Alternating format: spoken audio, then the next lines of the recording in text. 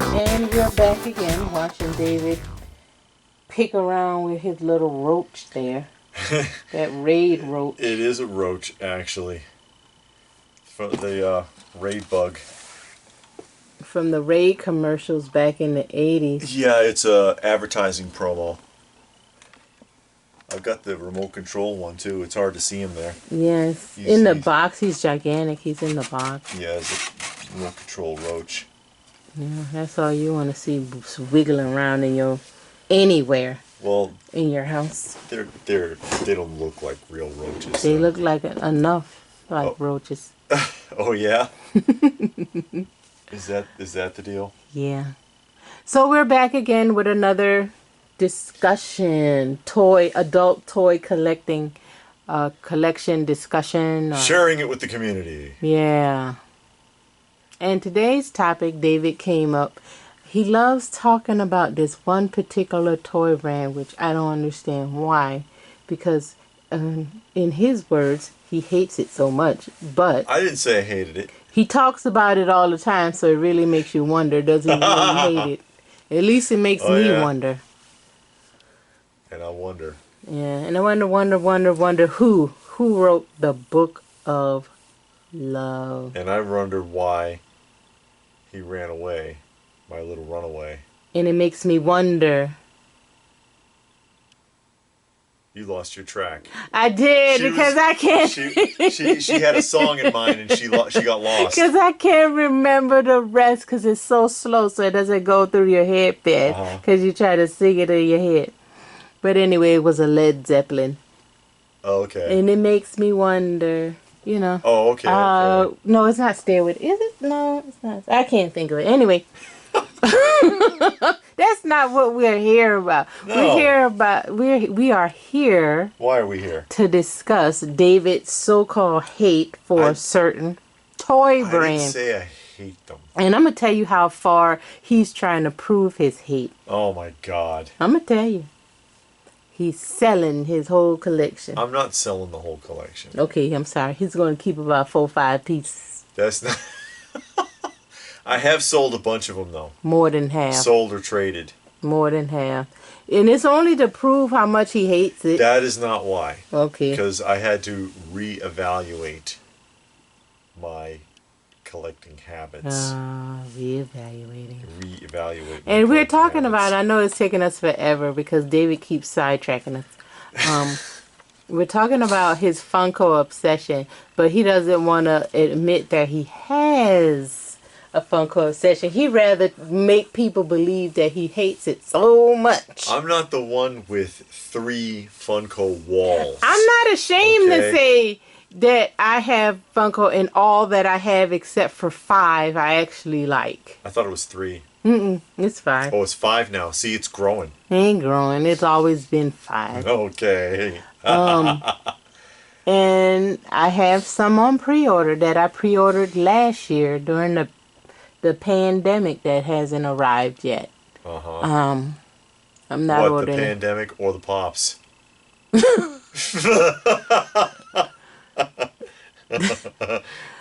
Some of our Canadian viewers totally get that. I pre-ordered some Funko Pops during the pandemic. And they have not arrived yet. I'm getting tongue-tied because David is harassing me. I'm not. He's doing that on purpose. I'm not harassing you. And you know, the pops that I have, I admit I do like, and it's only, like I said, 5 that you know, I regret having. I purchased, and I'm like, why did I get that? Other than that, the ones that I have, I do like. Yeah. But the topic is, David said, because a couple of people has been asking. A lot of people have asked, a lot of people have been asking over the last few months. When we do, especially when we do the roundups, and it comes up where we show, because we'll show Funko on the weekly roundup when we show the action figures and some statues and some other things that are coming that adult collectors might be interested in if they buy new stuff. And when we show the Funko Pops and we look at them, it was like, well, that one's nice, but we're not buying anymore. Both of us. You know, she has her pre-orders that she put in, been a minute since she's bought It's any. been last year, and I only got a few of them. I think the only one you got was at the convention, and you bought the Skeletor on the Bone Throne. Yeah, I You did. did. She did, because she already has, I think, almost all of the masters anyway. Yeah, and then the But last bit is coming in on pre-order. yeah, but we both backed way off of that. Yeah. And so people, it gets mentioned. Yeah, we stopped, and people keep asking, what happened with Funko? what happened with you guys in Funko? How come you're not getting them anymore? Mm-hmm. And there's a handful of varying reasons. Some of the reasons we share, some are a little different. You know how it goes. But for one thing, there is no end to Funko. It's like death and taxes. It just doesn't stop. They tax you even in death. Yeah, that's true. See? You got to pay that death tax. It does not And then stop. even after that, your family still got to pay another tax. Yeah. Mm-hmm. It never ends with Funko. Mm-hmm. You're never really finished. You never know when it's going to creep back. You don't know. You think you're done collecting a line, and then 2 years later, they release another 12 of them. And it's like, wait a minute. And some of the lines are so excessive, so huge, that if you didn't start off on the ground floor, you're screwed. You'll never do it. How many Star Wars Pops are there? All in. So it just never ends. And some of them kind of tie together. And since most people are completists, they feel compelled. Then they have all these exclusives. And the first time I really started complaining about that was a few years back when the Solo movie came out, showing the origin of Han Solo and Chewbacca. And the Solo Pops were released, and I may not have the number exactly right here. I want to say there were 21, and 11 of them were exclusives from 11 different locations. Mm-hmm. How the hell do you do that? You got to get in that car and beat feet. Yeah, and be disappointed almost every time because it's hardly ever there. So you're running around all over creation trying to find something that it may or may not be there, and then you end up paying aftermarket prices. The chase, because it was, for a little while there, I admit, it was fun running around chasing down Funkos. Hey, let's go check Hot Topic. Hey, let's go and check and see if the GameStops got their exclusives in. Let's go check Box Lunch. After a while, it wears thin. And not just with us, because we remember being in line, on SDCC Shared Exclusives Day at Hot Topic with like 30 people out front. And then a couple of years later, there's like 5 people out front because people were getting tired of that. Mm-hmm. They were getting tired of going there, tired of doing it, tired of standing in line. Oh, Shared Exclusives are going to be in like 6 different locations at the same time. Yeah. And you have to try to juggle that or network with people. And networking with people is not always that easy. Mm-mm. It's really not always that easy. And we had done it. We did it with Michael. Mm-hmm. We would help each other out. We would, if we saw it, we got it, or he would go here and we would go there. Yeah, and grab one for each other. And that's Invader Moz on YouTube, if you guys. And even he got fed up with it. Yeah. I think he sold every pop he had, and and completely switched over to Hot Toys of all things. And it's like, wow, that's a drastic change. Yeah. He seems to be enjoying it a lot more though. Yeah, and I've seen his pictures and they look great. Yeah, he does. He does like action figure photography now. Yeah. And he does a pretty good job. Mm-hmm. So he realized that, you know what? I don't really like these all that much anymore. I want to do something else. And he found something he appreciated a lot better.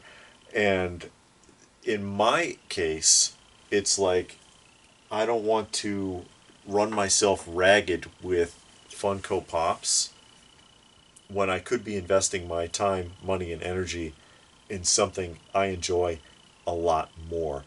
And my thing has always been more so vintage. I do have a handful of modern things that I have. I have some G.I. Joe classifieds, which I've kind of given up on that too, because I'm tired of trying to find them. Target ruined that for me with their Cobra Island nonsense. I have a handful of 6th scale figures that are modern. I don't have like 90 of them in DTOFs. I have a handful, literally. I've got a bunch of Mezco 112 collectives because I like those. And that's about it. Everything else you see in my little toy museum, it's going to be vintage on my side. You know, it's all vintage. And I would rather invest my time, money, and energy in that. I got tired of trying to run down chases. I got tired of excessive aftermarket prices that very quickly bottomed out. I got tired of variants, constant variants. When we were kids, if there was a variant, it was by accident, or it was because it was another manufacturer. Like G.I. Joe Raw is a good example. There are variants with G.I. Joe Raw figures, but that's because they were being made in other countries. Fun School is going to look different than the ones that were made in the U.S., just as an example. They used a different paint or an alteration to the card, like in, what was it, Norway? It's against the law to have a child's toy with a picture of a weapon. So the cards they had to erase and repaint without guns. So the cards are very different, the card art, things like that. There was something because it was another country, or a variant was a complete accident. Variants nowadays are done deliberately. They're done deliberately to hook people that are completists. And Funko, on account of the sheer volume that they produce, are like the kings of that, of artificial demand and of trying to hook people who are completists. Sticker chasers, it could be a difference of a sticker, and people will try to track that down and pay crazy prices for it, and I just can't justify it anymore.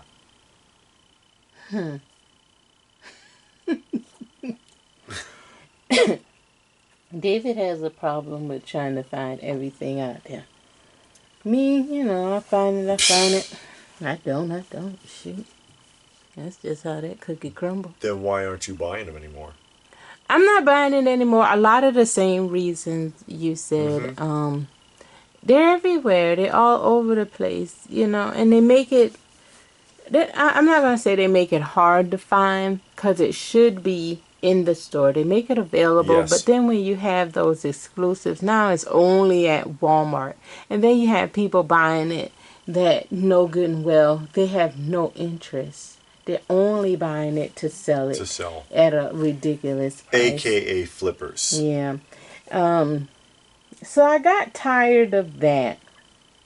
You know, I'm like, look now. I would like to buy your product, but you're making it too difficult. Yeah. Even on the Funko shop, it was difficult to find. The only time it got easy is maybe when it was on Amazon, or you could find it on Entertainment Earth or Big Bad Toy Store or something like that. You know, then once you buy it, you get it home, and now you got to put it up. And yeah, they're small, but they take up surprisingly a lot of space. They do. They are hard to display. Yeah, they're I don't know if they're hard to display. They take more room than I think you realize. Because of the volume. Yeah, because of the volume. You thinking, oh man, I only got 10. It's like a little box, but you know, and you're like, oh, it's just this little thing. It's not gonna. How could that possibly take up so much space? But 1 becomes 10, 10 becomes 50. Yeah. 50 becomes 100. Next thing you know, you got them displayed in your bathroom. Yeah, they like roaches. Yeah, you see one roach, you got a million behind the wall. You would have to bring up German cockroaches. Okay, sorry. No, but the The German cockroaches, not the big ones like you see in the South. Yeah. The little ones are Yeah. monstrous. Once you see one, you guaranteed to have 1 million behind a picture frame somewhere. Yeah, don't remind me. Mm-hmm. I grew up with that in Boston. I don't think there was an apartment building in the entire city of Boston that isn't infested. Mm-hmm. But that's what it's like, and we've known people that are like that. People that have lost control that badly, where they're like, I have nowhere to put them anymore. I got them on display in my kitchen. I got them on display in my bathroom. You remember that guy? Mm-hmm. And somebody that we knew, not like something we saw in a video somewhere. But he was like, I don't know what to do with them anymore. I'm trying to get rid of them now. Yeah. And didn't want to, but was too overwhelmed. Yeah. With all of them. But I mean, the one thing that did help me out, I didn't like a lot. You know, yes. I had specifics that I did. Like I'm not a fan of Marvel. Mm-hmm. I'm not a fan of Star Wars mm-hmm. and Harry Potter and all of that other stuff that are massive. Yeah. Those lines are massive. Yes. The biggest line that I think I had was Walking Dead. And then I stopped after I stopped watching the show. Yeah. After I stopped watching the show, I think they came out with like one more run. Yeah, another wave. I think, or maybe the one I have is I'm not sure, but yeah, I think that's the biggest one I have. Maybe the wrestlers, might be big, but anyway, I think that helped me out a lot. I didn't like a lot of them. Those really big, massive sets. Yeah, the small ones are hard enough to display. Yeah. As far as space. Yeah, and I mean, even with the small ones, I still have a lot. I do admit, I mean, I'm nowhere near like the world record holder. Yeah. But and I'm willing to bet there are several people that have more than him. They just never bother to call Guinness. Yeah, because we met a guy in Illinois, and he bought a storage locker to display his. And he had like 5,000 of them, and that was a few years ago. Yeah, that was like 2017. Yeah. So when we met him, you know, but yeah, and the price isn't horrible because you can find retail price. Yeah, retail prices are not horrible. Mm-hmm. I mean, yeah, once you start getting a Hot Topic and Box Lunch, they start going up on you. Yeah. But if you kind of stick to Walmart, Amazon, and then aftermarket, if it's something like you'll never get a Toy Tokyo exclusive. No. You know. Not unless you find it in a shop. You know, like you go to a shop that sells them. Yeah, and you're gonna pay. Yeah, you're gonna pay a ridiculous price.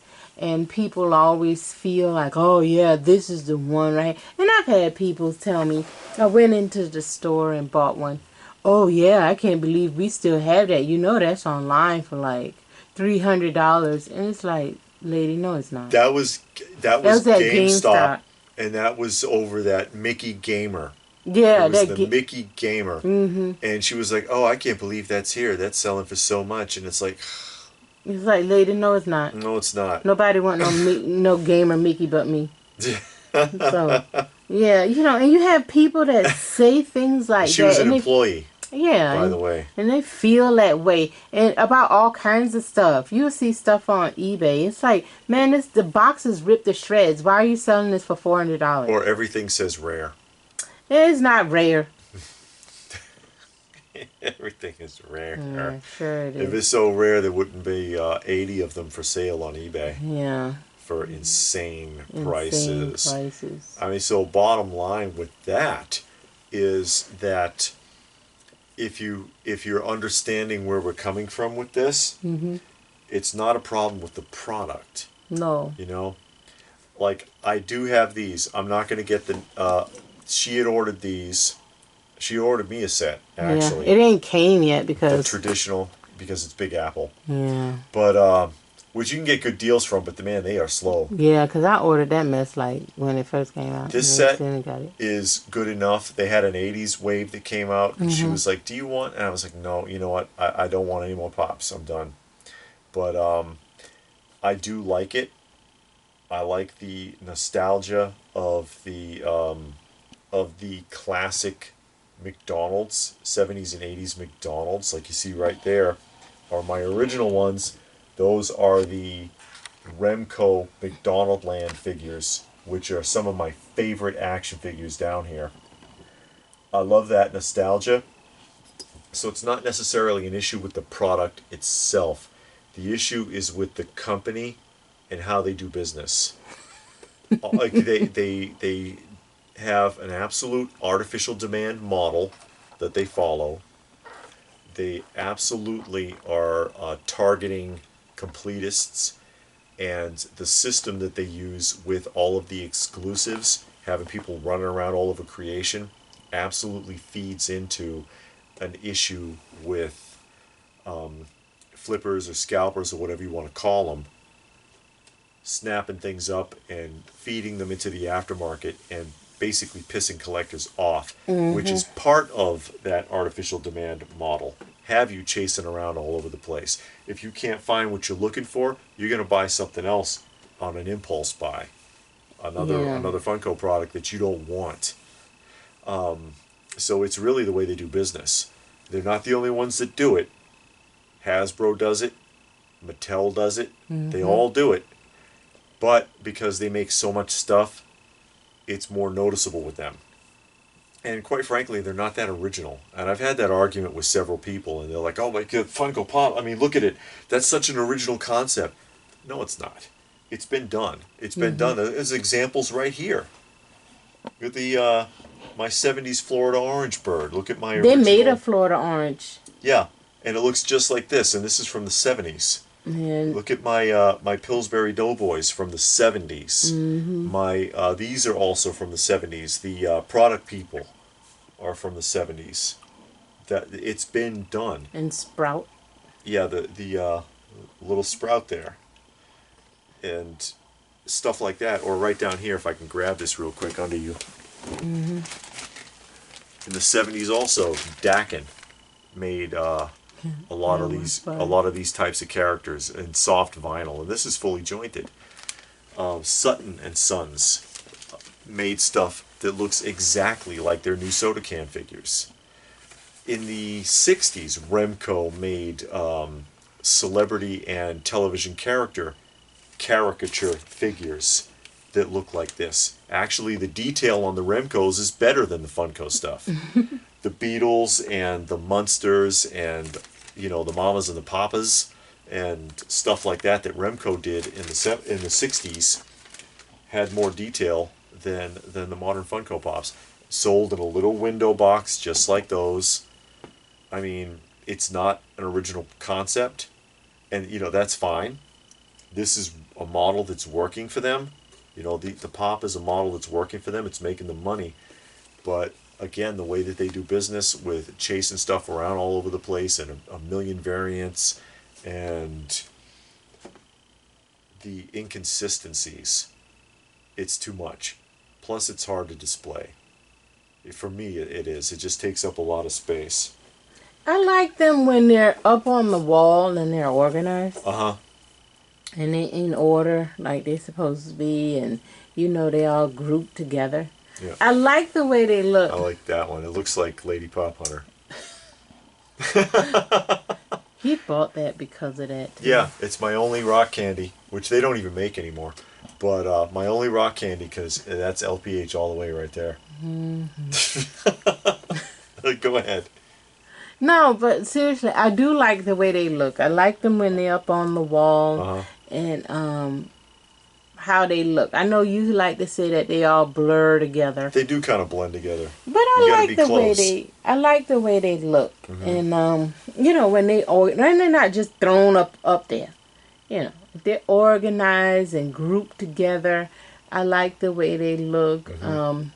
I like, for me, the nostalgia of it, because again, I only buy the ones that I've you know, TV shows I've actually watched, movies I've actually watched, cartoons I've actually watched and enjoyed.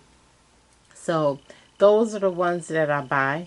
But you know, after a while, I got so many of them, and I thought about it. I was like, you know, I'd rather concentrate on some other things. Yes. And again, well, other things, excuse me, I wanted to concentrate on other things.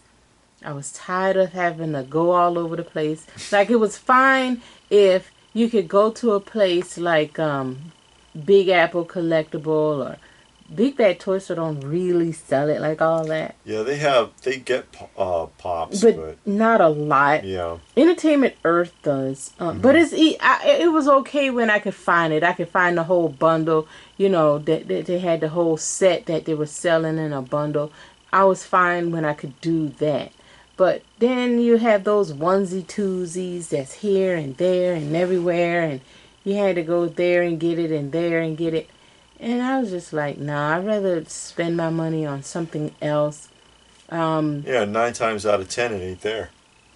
Yeah. So, that's kind of why I dropped off. And again, I don't buy a lot of stuff. Mm-hmm. Because it's not a lot of lines I like. Like I said, I don't care for Game of Thrones and all those other things that are out there.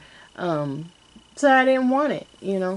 I'm not a big Marvel fan, so I didn't need every Marvel pop that came out or stuff. So, um, it was easy to back out. Every now and then I get pulled in if they come out with a Mickey Mouse or Winnie the Pooh. Something like that, I will get sucked in, and I'm trying to rein that back in. And I think that during the pandemic, you was home, had nothing else to do, and they started coming out with some stuff that was cool. So I ended up buying a bunch. Yeah. But now I'm back at work, so I'm not as into it. Plus, there's nothing out. I don't think anything came out thus far this year. Yeah, and I think with me, like I was saying, the more I looked at it, the more I was like, even though I may have got a line of something that I liked or wanted, do I really need or want this? Mm-hmm. Or did I just get it because it tied in, I thought, or do I really need it?